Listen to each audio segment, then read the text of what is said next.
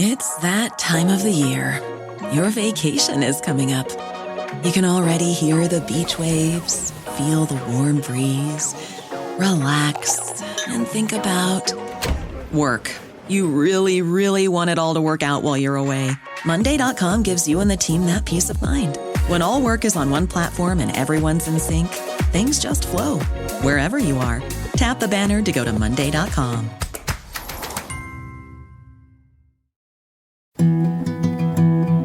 A science story, huh?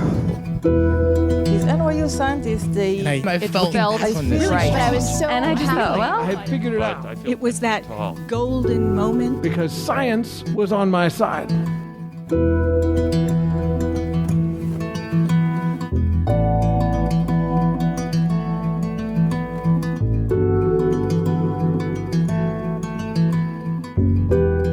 Hi everyone, I'm Ben Lilly, and welcome to the Story Collider, where we bring you true personal stories about science.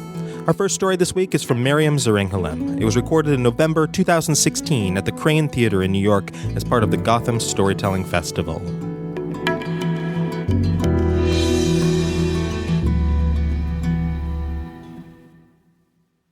so the bathroom has always been a sacred place for me.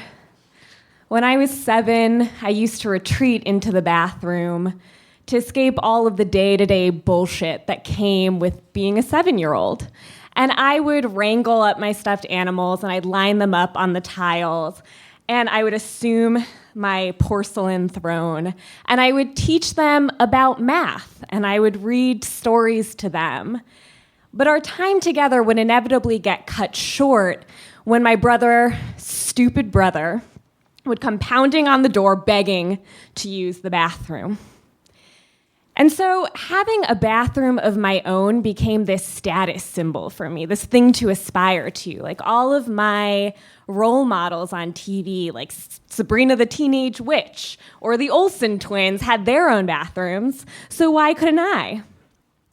Now, I had one of those beds growing up that was lofted, so you could put another bed underneath and turn it into a bunk bed, except I didn't do that.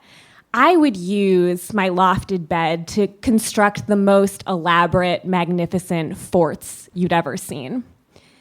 And nobody had ever told me that a fort couldn't have a bathroom in it.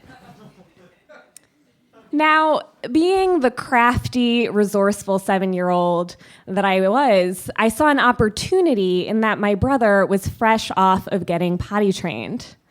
And so there was this plastic commode up for the taking, and so I snatched it and I stashed it under my bed, along with a bucket of water and some soap, because hygiene comes first. And there, in the solitude of my bathroom fort, I relieved myself quietly for a week.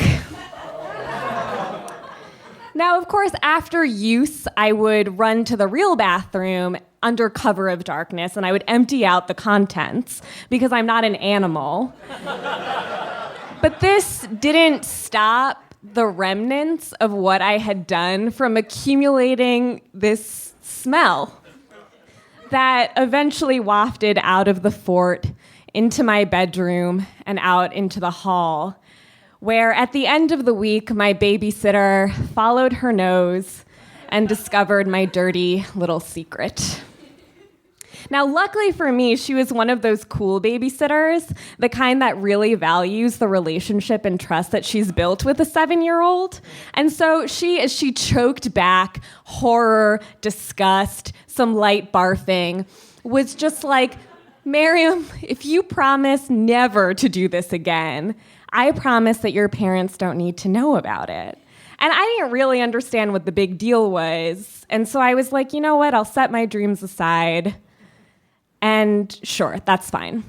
And so this remained a secret between the two of us for over a decade. Cut to Miriam goes to college. I moved to New York City and became a biology major, which meant that I had to take organic chemistry classes, which meant that I had to take a lab. And when you're in the lab, you're working with all of these chemicals that aren't so great for you. And so this one day, we're working with a chemical called phenol. And today I use phenol all the time to extract DNA and RNA because I'm a molecular biologist. But that day I don't really remember what we were doing with it, except that I do remember that we had to seriously gear up, lab coats on, safety goggles on, gloves on. We got to work in these cool fume hoods like real scientists. And so I'm working with this phenol for an hour, 2 hours, and I start to feel kind of lightheaded and dizzy and nauseous, like I'm gonna die.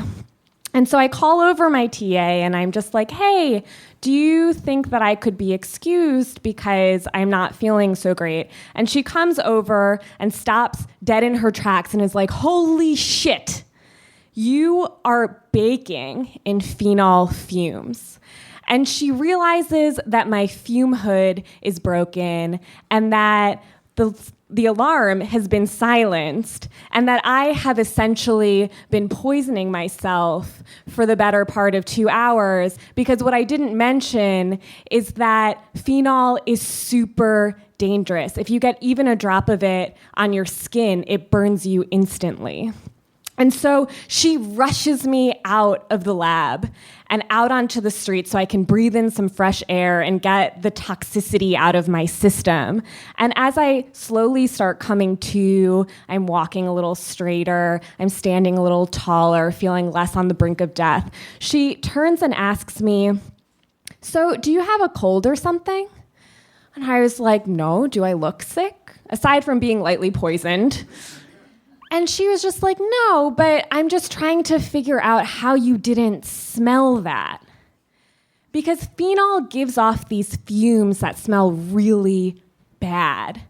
A friend once described it to me as smelling painful.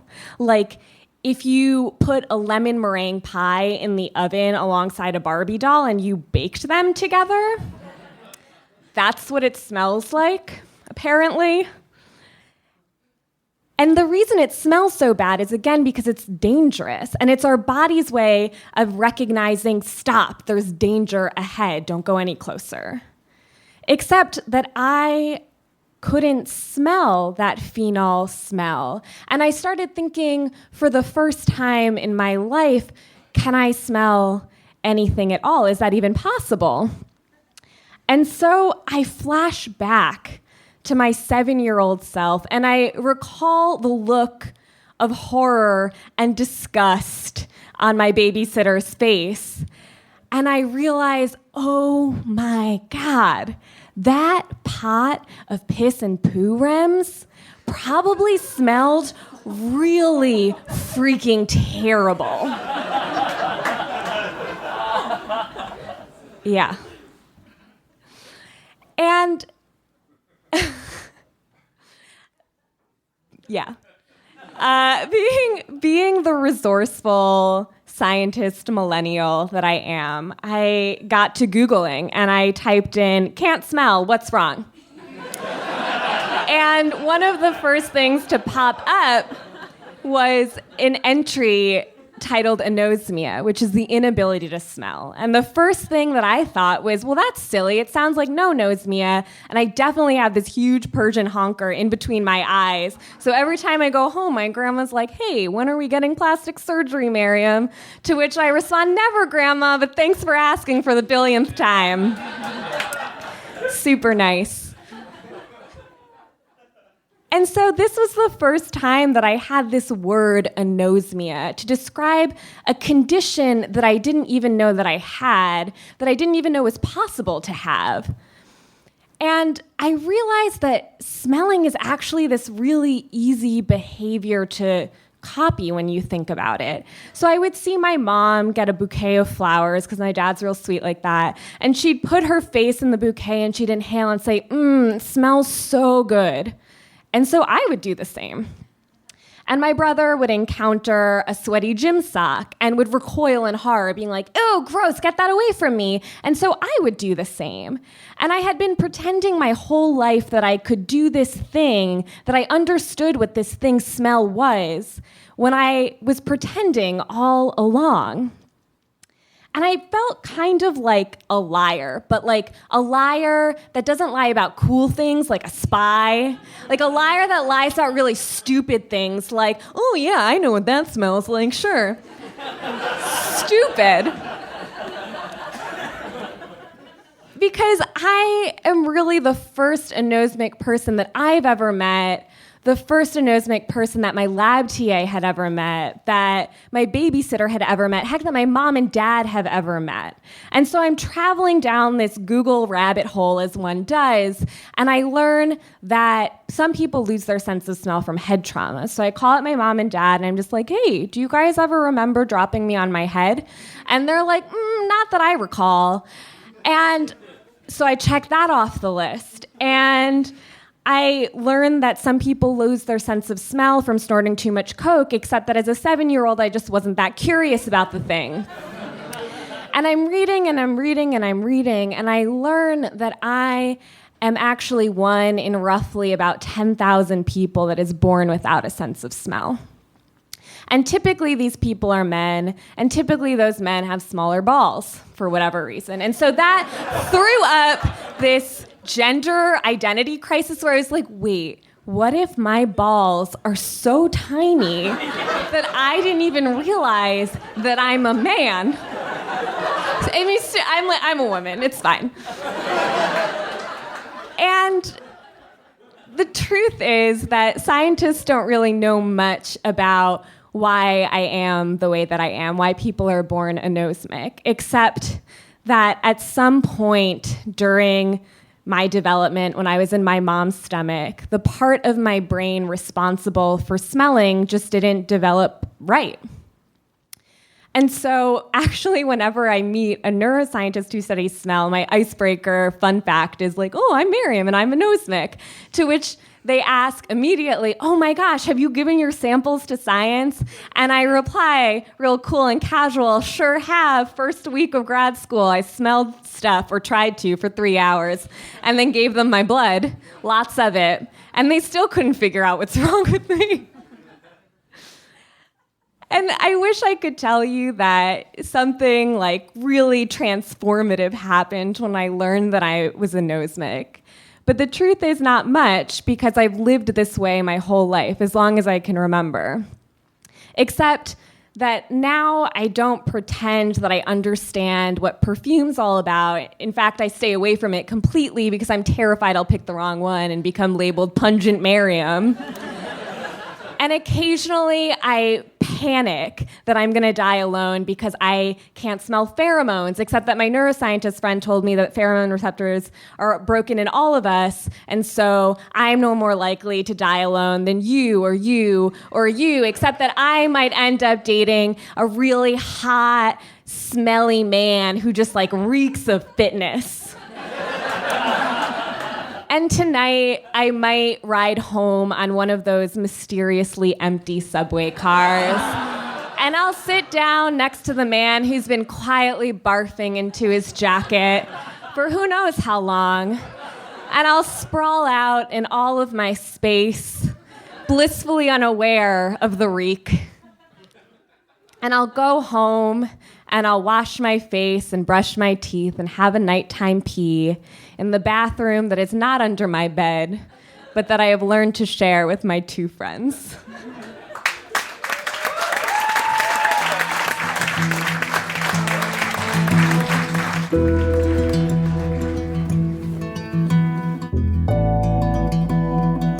That was Miriam Zerenghalem.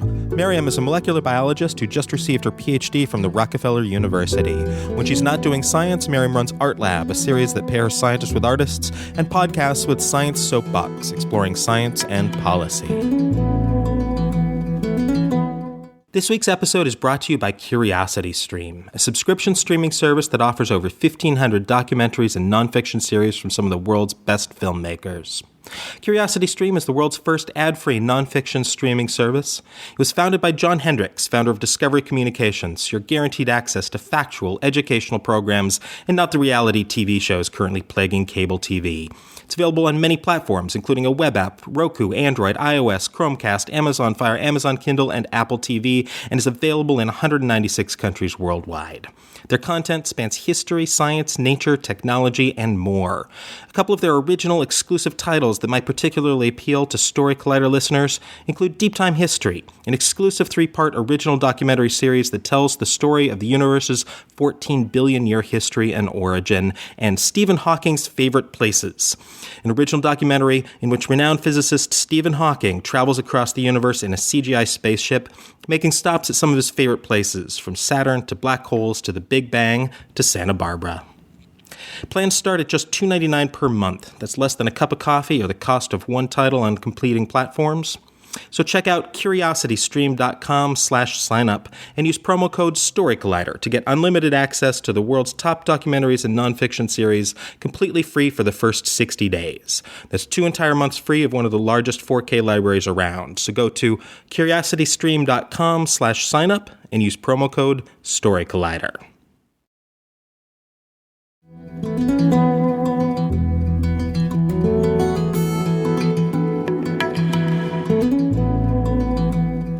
Our second story today is from Hilary Savoy. It was recorded in November 2016 at Oberon in Cambridge, Massachusetts. I'm going to tell you a story about my daughter. When I was expecting my daughter, I planned to have a labor and delivery with as little medical intervention as possible. I imagined myself having an unmedicated labor, giving birth in a darkened room, where afterwards I'd get to lie there with my husband, Andre, and our little baby and admire her for hours before we'd have to share her with anyone else. My designs, they didn't really stop there, though. I knew that when she was born, I would breastfeed for as long as possible. I would use cloth diapers. And at home, we would speak French, my husband's first language. Those were my plans. While I was busy making those plans, the plans in my daughter's DNA were at work building her. Her cells were multiplying at an alarming rate. Her genetic material duplicating over and over in a process that I'd always sort of labeled as like crazy shit our bodies do. It's just too miraculous to comprehend. I read those email updates that you get in your inbox when you're pregnant every week. They basically, for those of you who don't know them, compare your growing fetus to larger and larger sizes of fruit.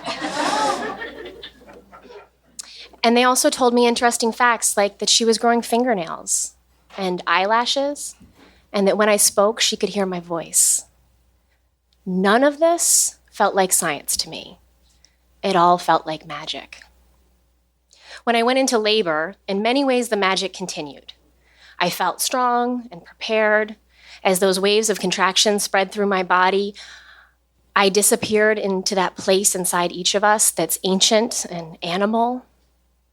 When my daughter was born, I reached for her immediately. The idea of her being even just a few inches away from my body felt unbearable. She met my arms. I took stock of her. I saw her full head of dark hair.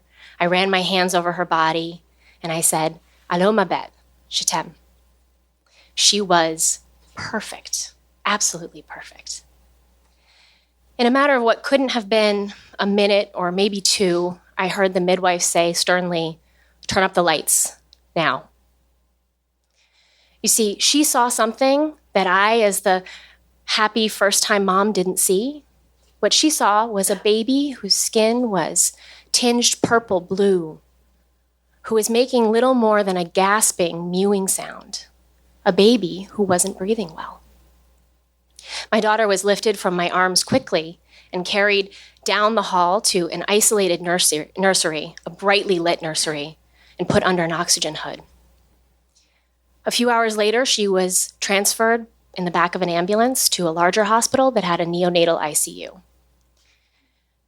Now, in instances like this, the mother is not transferred with the baby. So about 6 hours after she was born, I signed against medical advice discharge paperwork and walked, holding my husband's hand, out of the hospital to our car and sat in the passenger seat, stunned, as he drove us along the path the ambulance had only just driven with our hours-old daughter. Over the first few days of her life, rather than snuggling in quiet rooms, getting to know our daughter, we observed this silent, limp baby in a brightly lit room filled with all sorts of other babies who were very sick. We listened as the doctors marched in and out and talked to us only in the lists of things that were wrong with our daughter. They told us that her genes somewhere likely bore the mark of a catastrophic change. They said they could guess at what it was, and they did, listing obscure disorders that were nothing more than random groupings of letters and numbers to me. They said they could guess, but genetic testing would be the way to know for sure. Throughout all of this, there was my daughter, Esme. When I could lift my head above the medical jargon and really look at her, I saw a striking baby. Her features were a little unusual, but she had this wisdom to her, and there was something ethereal, almost elfin about her. When we got her home, over those first weeks and months, we traded in those plans for breastfeeding, for pumping, and difficult sputtering bottle feeds. The cloth diapers that I'd folded up so nicely in the top drawer below her changing table, I pulled those out and I used them to sop up the seemingly endless vomit that came out of my daughter. Esme was weak and virtually silent, but she was not lacking in personality. She smiled early and often, especially when I read to her from her favorite book about the bees buzzing. My husband and I, we sort of bumbled around new parents to a fragile child, and she watched us with an amused look on her face that walked the line between curious and loving and vaguely judgmental. Esme's first year of life was punctuated by two major events. They were not first words or first steps. There was the day that I walked through the doors of an ER with Esme's 3-month-old body in my arms, limp and blue. She was in respiratory distress due to severe aspiration pneumonia. Soon after we arrived in the ER, my daughter's heart would stop beating and her lungs would stop breathing. 2 medical teams, 3 infant crash carts, 3 rounds of chest compressions, and my daughter's will to live would bring her back to me. Then there was the day, 5 months after that Esme had her first seizure in the back of our car. Andre and I looking on as tremors racked her tiny little legs and arms. In time, the seizures, they would come more and more often, and our world would shrink to the edge of our bed. I'd hold my daughter through her seizures as she disappeared in front of my eyes, and I'd tell her, "It's okay, Mama's here, it's okay." But what I was really doing was I was carefully observing every detail of the seizure so that I could record them later. I would text my husband when he was at work with all of the details. So he knew what was happening at home, but also so I would have a record to talk to her doctor about later. You see, Andre's and my language at home, it wasn't French. And frankly, it wasn't English most of the time either. It was the dense language of medical professionals as we talked about Esme's care, her medications, procedures. And we did this as easily as we tickled her and giggled with her and loved her, because there was science everywhere in the way that we loved and sustained our daughter. Around the time the seizures started, we received her first genetic test results back. The genetic counselor had called me at home to say that the test results were in, and the testing didn't find any genetic mutations.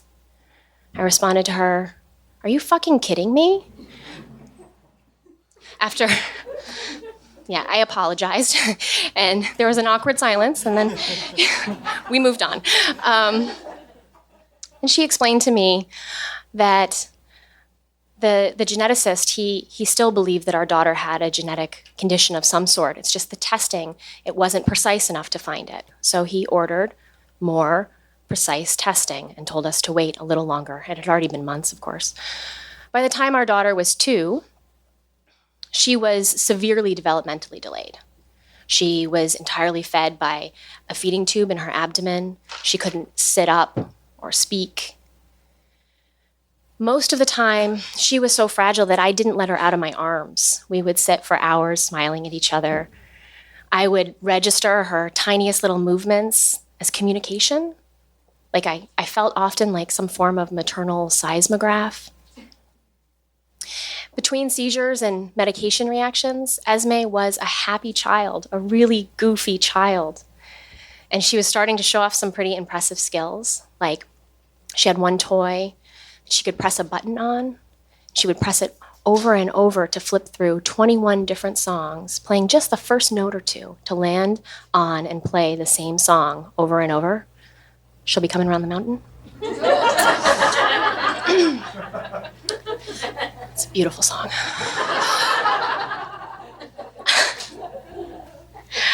Around that time, we finally got our first finding in these genetic tests. The test results were in, and Esme was found to have a little tiny mutation in a gene called PCDH19. The doctors, however, were clear with us. This might explain her epilepsy, but they didn't think it was the full picture for Esme. And they thought she had another mutation elsewhere, and they suggested that we continue genetic testing. By the time she was 4, Esme had done some pretty amazing stuff. She had sat herself up for the first time. And a little after that, she'd done something that seemed miraculous to us. She pulled herself to stand at our coffee table in our living room. She was home alone with her father, and he recorded it on his phone. And you can hear him in the background just yelling like he was at a hockey game. It was like the most amazing thing. And as long as she was doing miraculous things, she had also shown us that she knew her letters and her numbers. I would line up those bright magnets for her and ask her to find me the A or the C or the E. She would do it. I had the wherewithal to record this because I knew that her doctors, they probably wouldn't believe me if I told them. Because what they saw was a child who still didn't speak, didn't eat, didn't walk. Around that time, we got what would become Esme's second genetic finding. Again, a teeny tiny little genetic change in a gene called SCN8A. And yet again, we were told that this didn't explain the full picture of Esme either. But we had essentially reached the end of the line of the kinds of tests that the doctors could order until the science had advanced. But fortunately for us, 2 genetic researchers, the kinds of people who find new genetic mutations in genes that other people haven't found yet, were interested in my daughter. And so they agreed to start combing through the wilds of Esme's genes and try to find something new in her. In time, they found not 1, but 2 more genetic mutations in her.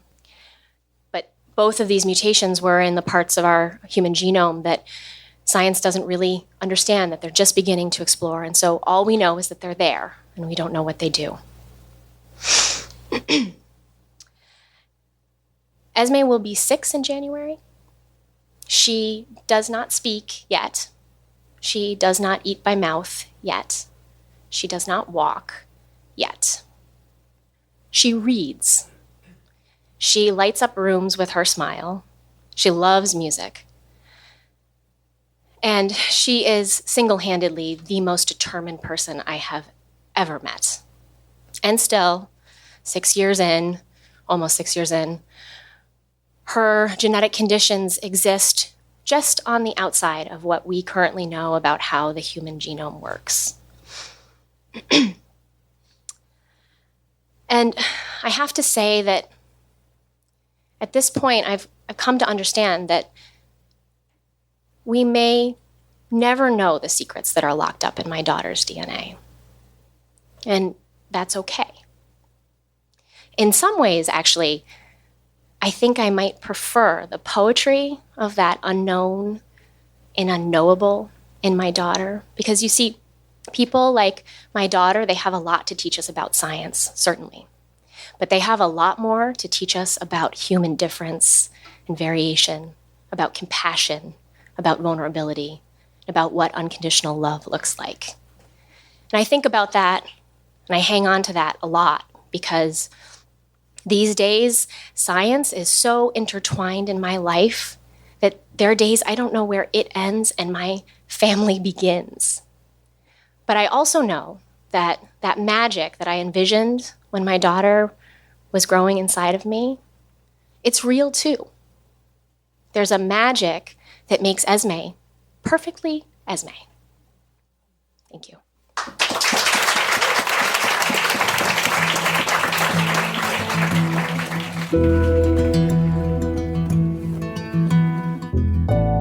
That was Hilary Savoy. Hilary is a writer and advocate who has blogged about life with her daughter Esme since 2012. Her writing has appeared on Motherlode and at the New York Times, The Mighty, Vector, and the Huffington Post blog, among others. In 2015, she published 2 short memoirs, Around and Into the Unknown and Whoosh.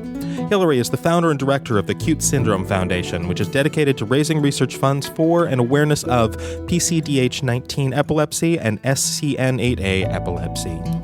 If you enjoyed today's story or are a fan of the podcast, please consider writing us a review on iTunes. It's a great way to help new listeners find the podcast, and we love sharing these stories. We're also grateful for the support of the Simons Foundation, who help make this all possible. The Story Collider is produced by me, Brian Wecht, Aaron Barker, Ari Daniel, Christine Gentry, Shane Hanlon, Rosie Waldron, Cassie Soliday, Nissa Greenberg, and Liz Neely. The podcast is produced by Zoe Saunders, and the theme music is by Ghost. Special thanks to the Crane Theater and Oberon for hosting the shows, and to Smells. Thanks for listening. Thanks again to CuriosityStream, a subscription streaming service that offers over 1,500 documentaries and nonfiction series from some of the world's best filmmakers, for sponsoring our episode today. Again, CuriosityStream is the world's first ad-free nonfiction streaming service with over 1,500 titles and 600 hours of content that spans history, science, nature, technology, and more. Plans start at $2.99 a month. Go to curiositystream.com/signup and use promo code StoryCollider for unlimited access to the world's top documentaries and nonfiction series, completely free for the first 60 days. Mother's Day is almost here, and you can get her the most beautiful time-tested gift around. A watch she can wear every day from Movement. Whether your mom is into classic dress watches, rare and refined ceramics, or tried and true bestsellers, Movement has something she'll love. And right now, everything at Movement is up to 50% off site-wide during their Mother's Day sale. A watch is a gift that celebrates all the time you spent with mom. And a Movement watch is even more than that. Movement uses industry-leading materials for their fresh, modern watch designs, from technically complex ceramics to vintage-inspired style, all for an incredible value your wrist and wallet will both love. And with one-size-fits-all convenience and fast free shipping and returns, it's a stress-free shopping experience. Save big on the best Mother's Day gift ever with Movement. Get up to 50% off site-wide during their Mother's Day sale at mvmt.com. Again, that's up to 50% off at mvmt.com.